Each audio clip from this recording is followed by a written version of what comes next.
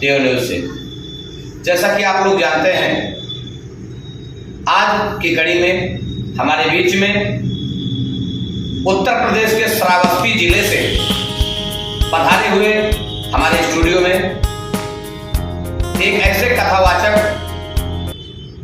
जिन्होंने अपने कथा के माध्यम से समाज के लिए एक अलग दिशा निर्देश देते हुए लोगों के जीवन में अंधकार दूर हो और ज्ञान का प्रकाश जगे, तो एक ऐसे कथावाचक के रूप में यहाँ पर पधारे हुए मृदुल जी महाराज का आगमन हुआ है। तो मैं सबसे पहले आपका इस देव न्यूज चैनल में बहुत बहुत आपका स्वागत है। तो मैं ये जानना चाहूँगा कि आप चूँकि बहुत कथावाचक हैं और तमाम ऐसी महिलाएं हैं जो कथा को ही एक अपना माध्यम बनाई हैं और समाज में जाकर अलग अलग जगह पर कथा कहकर लोगों में एक जागरूकता पैदा करने की मुहिम उठाई है तमाम महिलाएं। तो मैं सर्वप्रथम मैं ये जानना चाहूँगा महाराज जी, लोग कहते हैं कि कथावाचक महिलाओं को कथा नहीं कहना चाहिए। तो पहला हमारा प्रश्न है आपसे, क्या महिलाएं कथा कह सकती हैं? अगर नहीं कह सकती तो क्यों नहीं कह सकती हैं? आप हमारे दर्शकों को बताएं। आदरणीय मृदुल जी। धन्यवाद भैया। सादर जय श्री राम। जैसा कि आपने कहा महिला और पुरुष की बात जी, हमारे यहाँ नारी शक्ति का सम्मान है। यत नार्या पूजन्ते रमन्ते तत्र देवता। नारी शक्ति जननी है व्यास की, लेकिन जहाँ तक सब सनातन धर्म की बात है और व्यासपीठ की गरिमा की बात है, तो हमारे ऋषि मुनियों ने ये कहा है, बड़े बड़े कथावाचकों ने भी इस पर प्रकाश डाला है कि नारी शक्ति वो जननी हो सकती है, व्यासपीठ की अधिकारी नहीं। क्योंकि नारी शक्ति में जो प्रकृति है ना, वो निरंतर अपने माह में कंटिन्यू उसका आना जाना होता है। इसलिए व्यासपीठ की गरिमा के अनुसार उनको सत्संग के लिए वर्जित नहीं है। सत्संग कर सकती हैं, धर्म प्रचार कर सकती है, लेकिन व्यासपीठ के लिए जहाँ तक सवाल है तो व्यासपीठ पे बैठना उचित नहीं। तो जैसा कि अभी आप लोगों ने सुना मृदुल जी महाराज को कि भाई महिलाएं जननी हैं और मातृशक्ति हैं और उनका सम्मान है, और खास करके वो महिलाएं कथा या व्यासपीठ पर बैठने का उनका अधिकार नहीं है। सत्संग कर सकती हैं, भगवत प्रेम करते हुए भजन कर सकती हैं, लेकिन वो कथा उपदेश नहीं दे सकती हैं। तो ये हमारे महाराज जी आदरणीय मृदुल जी ने बताया। तो महाराज जी, मैं एक प्रश्न और करना चाहूँगा आपसे।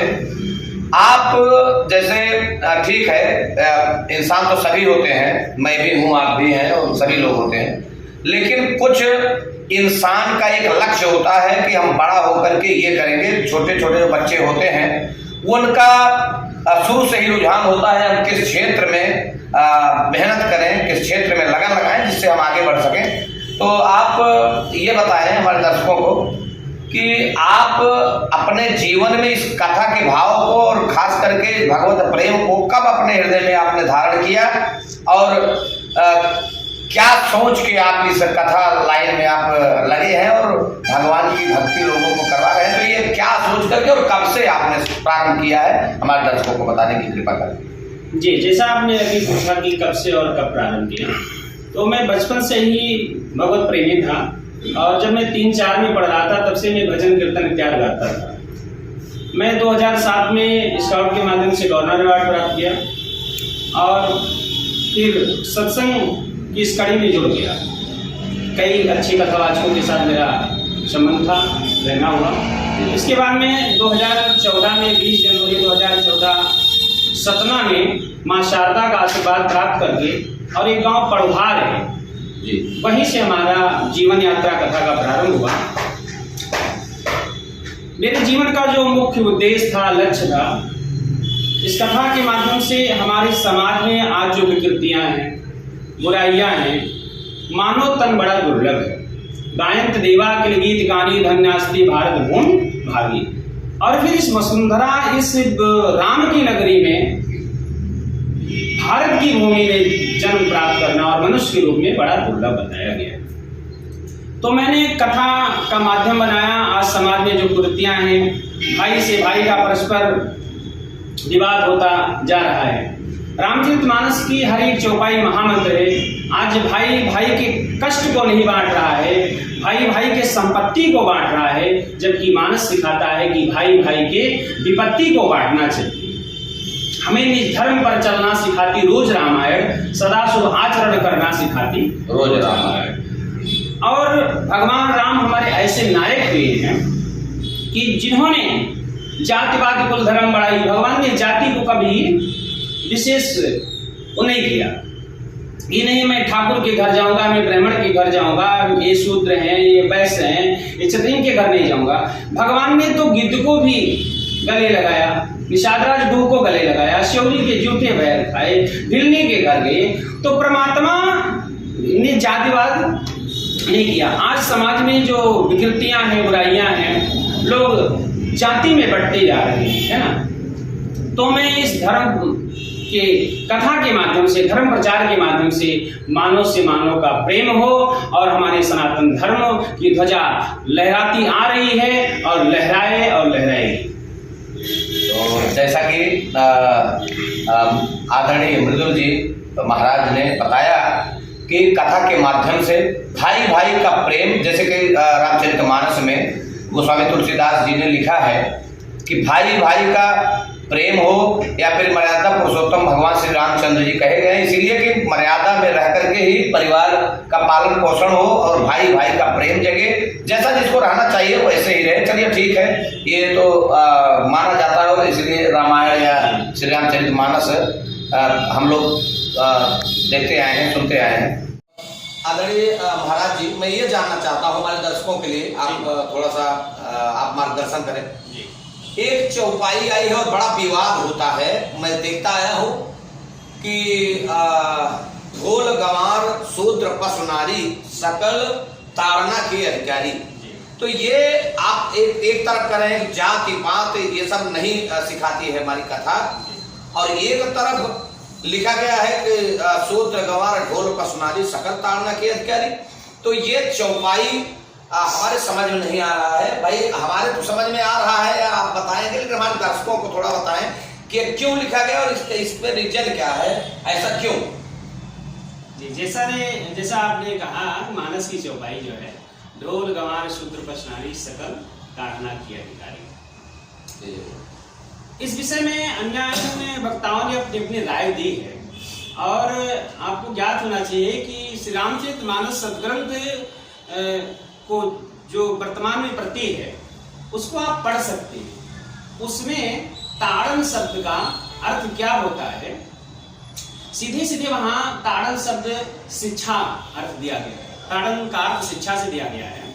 जैसे कोई व्यक्ति कहता है ना कि वो देखो ताड़ रहा है, ताड़ने का अर्थ निहारना भी होता है, निहारना शिक्षा भी होता है। बोलचाल की भाषा में कहते नहीं, वो दिखे ताड़ रहा है, उसको तो देख रहा है। तो जैसे ढोल है, अगर ढोल को आप मिलाएंगे नहीं, उसको शिक्षा नहीं देंगे, तो वो थापी मारने में फूट जाएगा, उसका नुकसान हो जाएगा। जो गंवार व्यक्ति है, पढ़ा लिखा नहीं है, उसको समाज का ज्ञान नहीं है, तो उसको शिक्षा जरूरी है ना। आज के समाज में सर्व शिक्षा अभियान के तहत सब पढ़े सब बड़े चलना है। तो और नारी शक्ति जो है उसको भी मर्यादा में रहना बहुत जरूरी है, उसको भी शिक्षा जरूरी है। तो नारी शक्ति को मर्यादा में रहना जरूरी है। लेकिन महाराज जी आज देख रहे हैं नारी शक्ति, चलिए ठीक है, टिप्पणी नहीं करेंगे नारी शक्ति के बारे में, लेकिन आज मर्यादा को तोड़ करके और जो ये सब अव्यवस्थाएं फैली हुई हैं, तो इसके विषय में आप क्या कहना चाहेंगे? क्या उसका जिम्मेदार हम लोग खुद हैं या उसका जिम्मेदार वो स्वयं है, क्या है ये जो हमारे भारत का कल्चर है, जो कि स्त्रियां होती हैं वो साड़ी में सुसज्जित हो रहती हैं, वो अच्छी लगती हैं, और ये हमारा भारतीय परंपरा है, भारतीय वो है प्रावधान है। लेकिन आज देख रहे हैं हमारे यहाँ की महिलाएं, हमारे यहाँ की लड़कियां कैसे कैसे कपड़े पहन के घूम रही है। क्या वो हमारे मर्यादा में रह के काम कर रही है, या फिर इसके लिए हमको क्या करना चाहिए, मैं ये जानना चाहूंगा। क्योंकि देखिए मैं ये सीधा कहता हूँ, ठीक है पहनावा ओढ़ावा हमारे भारतीय सभ्यता के अनुसार होना चाहिए, ना कि पहनावे से आदमी का उसकी पहचान होती है। तो इसके विषय में आप क्या कहना चाहेंगे, 2 शब्द हमारे दर्शकों के लिए। बड़े आदर पूर्वक मैं कहना चाहता हूँ, बड़े सम्मान के साथ, कि आज समाज में जो घटनाएं घटित हो रही हैं उसके जिम्मेदार स्वयं सब लोग। आज जिस प्रकार से अंग का प्रदर्शन किया जा रहा है, हमारे यहाँ देवियाँ हुई, हमारे यहाँ नारी शक्ति है, हमारे यहाँ जो बूढ़ बुजुर्ग माताएं हैं, आप देख रहे होंगे कि उनके सर से पल्लू नहीं हटता है। लेकिन आजकल का कल्चर क्या हो गया है, बहुत टाइट जींस पहनना, टी शर्ट पहनना, शर्ट पहनना।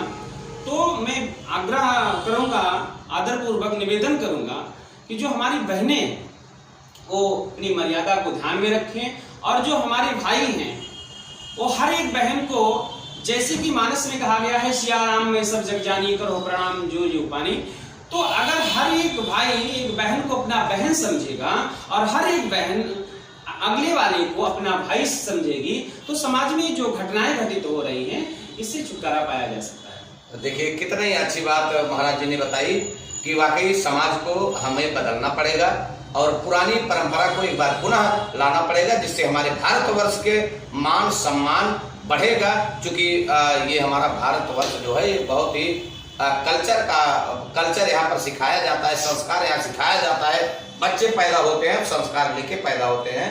तो बहुत बहुत धन्यवाद, आपने इतना अपना अमूल्य समय दिया। लेकिन मैं एक बात और कहना चाहूँगा, जैसे मान लीजिए आपकी कथा कोई करवाना चाहे तो हमारे दर्शकों को बता दें कि कथा आपका अगर कहीं मान लीजिए हम लोग विचार किए हमारे दर्शक बंधु, तो कैसे आपसे मुलाकात हो सकती है, कौन सा माध्यम है जो आपकी कथा करवाने का?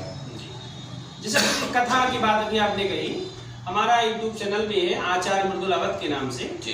और कथाएं हमारी देश विदेश तक होती रहती हैं, इधर आप राजस्थान से लेकर और नेपाल तक, और अकबरपुर आजमगढ़ देवरिया इत्यादि क्षेत्रों में हमारे बहुत ही परम स्नेही परम मित्र हैं आदरणीय विपिन जी।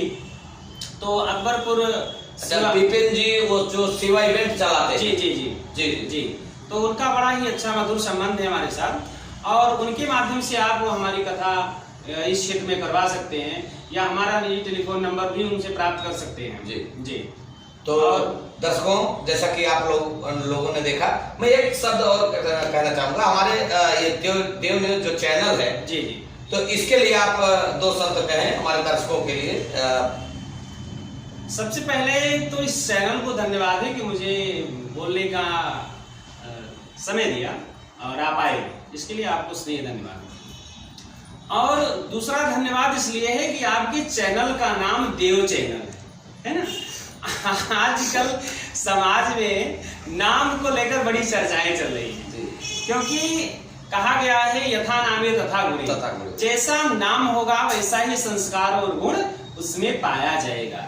तो देव चैनल को बहुत बहुत धन्यवाद, और मैं निवेदन करूंगा लोगों से कि देव चैनल के भी माध्यम से, जो आदरणीय देव भैया है हमारे, उनके माध्यम से भी हमारी कथा जो है आप बुक करवा सकते हैं, टेलीफोन नंबर ले सकते हैं, हमसे बात कर सकते हैं, उनसे बात कर सकते हैं।